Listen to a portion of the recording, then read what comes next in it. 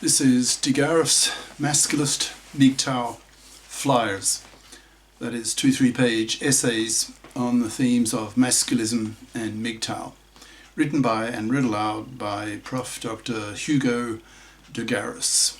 This is flyer number 380, entitled To Female Masculists. Description. This flyer talks about the influence of the rising number of biconscious feminists, in brackets, who are therefore female masculists, on society, as a tipping point is reached when there are more biconscious feminists than monoconscious feminists. Biconscious feminists will be preaching to young women that they will be happier by becoming biconscious, by becoming female masculists, since that way they will be far more likely to get a boyfriend who otherwise will reject them for being an MFB, that's monoconscious feminazi bigot. I use my own girlfriend as an example of how women can become female masculists. Now the flyer itself.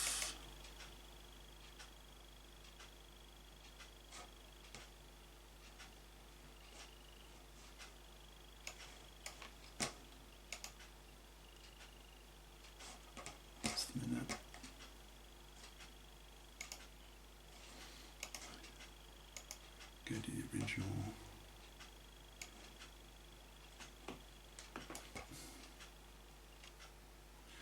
To Female Masculists by Prof. Dr. Hugo de GARIS. Email profhugodegaris@yahoo.com. Website profhugodegaris.wordpress.com. For the past 3 months or so, I've had a new girlfriend with whom I have a good 3-4 relationship. I need to explain these terms for those who are not familiar with them. A 2-2 relationship is a 2A-2F relationship. That is, 2A equals 2 apartments, 2F equals 2 FIPs, that's financially independent persons. So that both the man and the woman are FIPs, so don't parasite off the money and labour of the other, and both have their own apartment or house, so that if/when the relationship turns sour, as most do, then the two of them merely return to their own apartment, cost-free for the man.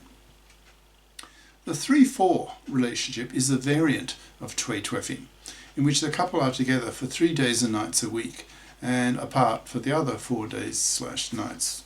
This is obviously a subset of the 2-2ing lifestyles.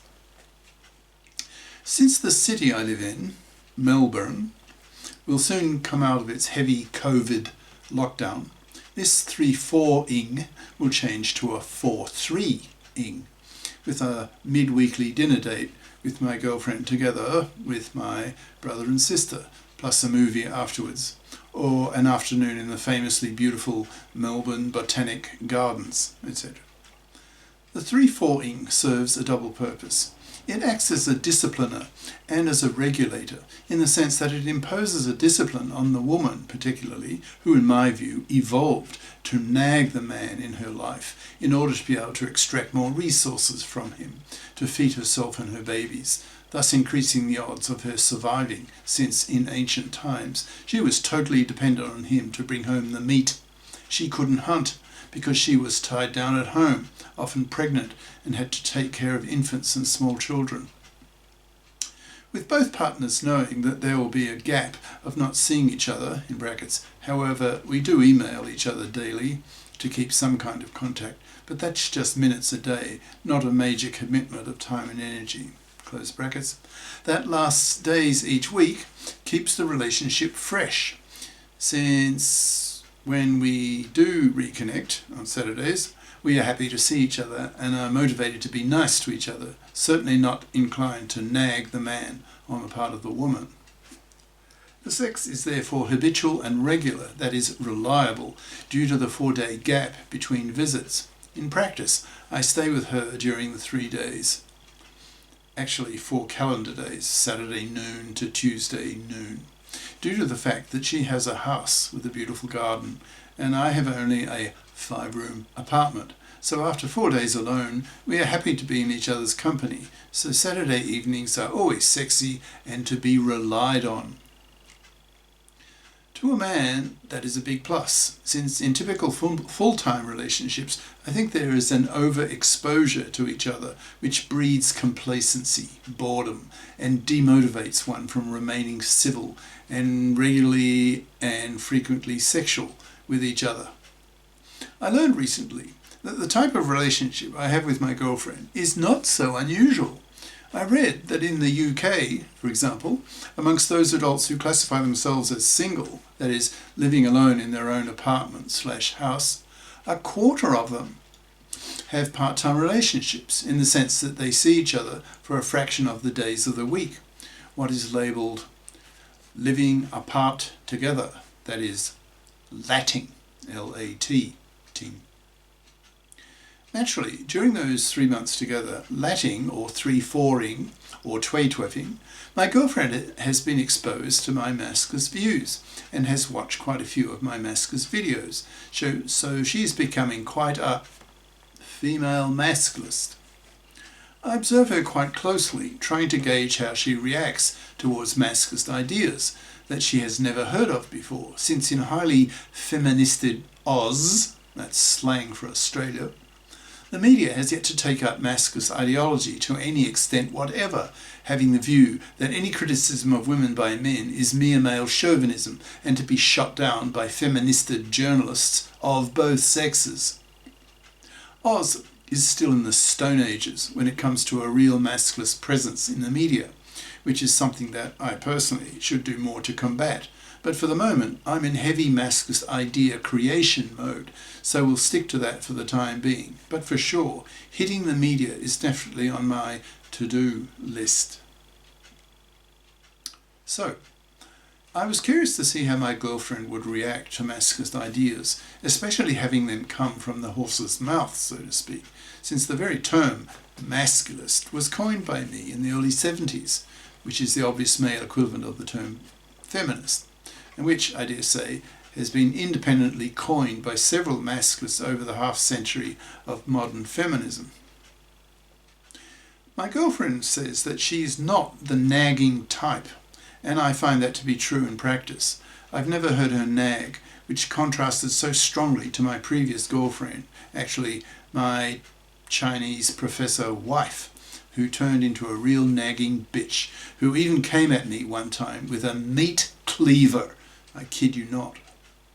Admittedly, this Chinese wife was suffering simultaneously menopausal craziness, in brackets, that she could have avoided by taking HRT, that's hormonal replacement therapy, plus the onset of diabetes, in brackets, due to her binge eating large purple grapes full of sugars, resulting in her first epileptic fit that got her rushed off to hospital in an ambulance with siren wailing to be put on an insulin injection regime. Still, even with these mitigating circumstances, I reacted strongly to her nagging, which cost her her marriage.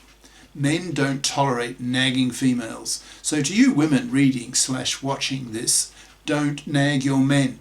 If you do, you will pay a heavy price. You will lose him.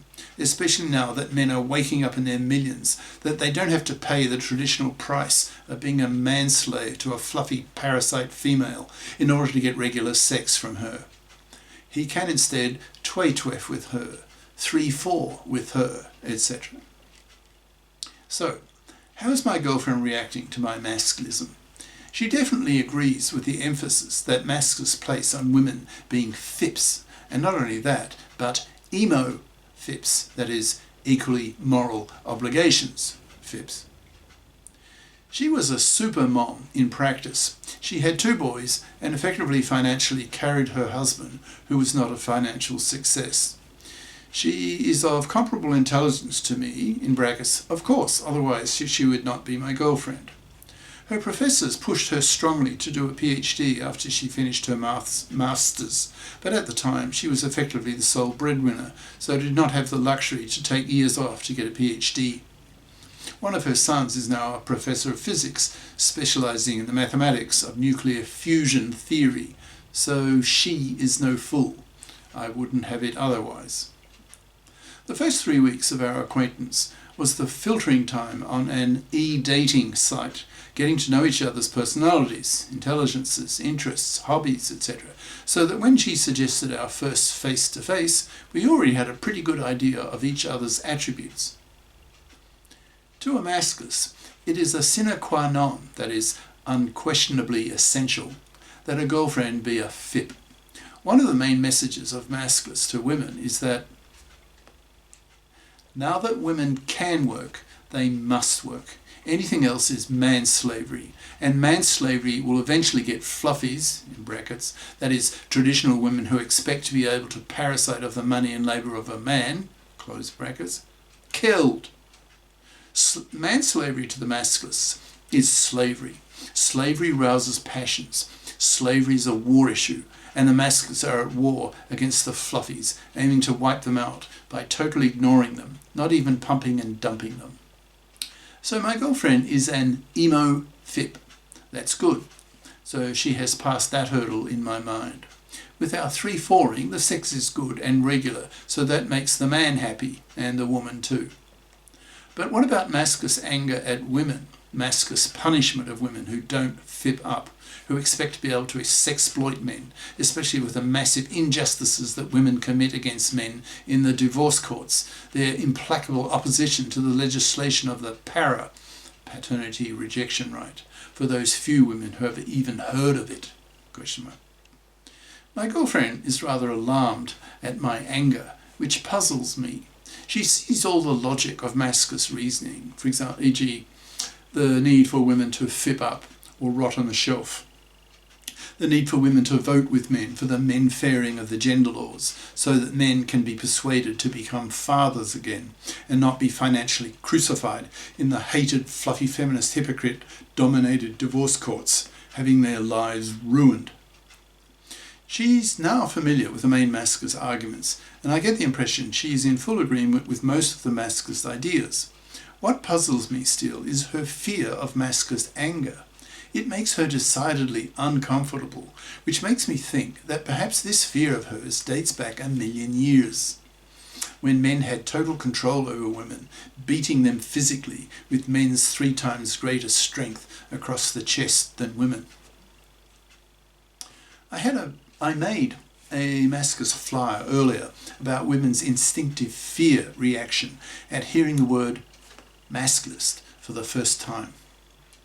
Since I'm not a woman, I don't have this instinctive fear of men's physical power over women, of women's fear of being raped in a dark alley with no one else around to come to her rescue. I've often wondered why modern feminists still do not take sexual initiatives with the men they fancy, especially the alpha males that these women particularly want to mate with, to obtain superior DNA from superior men for their babies, to have kids with DNA superior to their mothers, which is obviously good for the species, so evolved, resulting in women's evolved hypergamy, that is, the female desire to mate up with superior men. I can imagine that if women took sexual initiatives equally with men, then men would be complaining equally with women about undesired sexual attention from inferior women. For example, imagine some TDH, that's tall, dark and handsome guy, being aggressively sexually propositioned by some fat, ugly, feminazi bitch.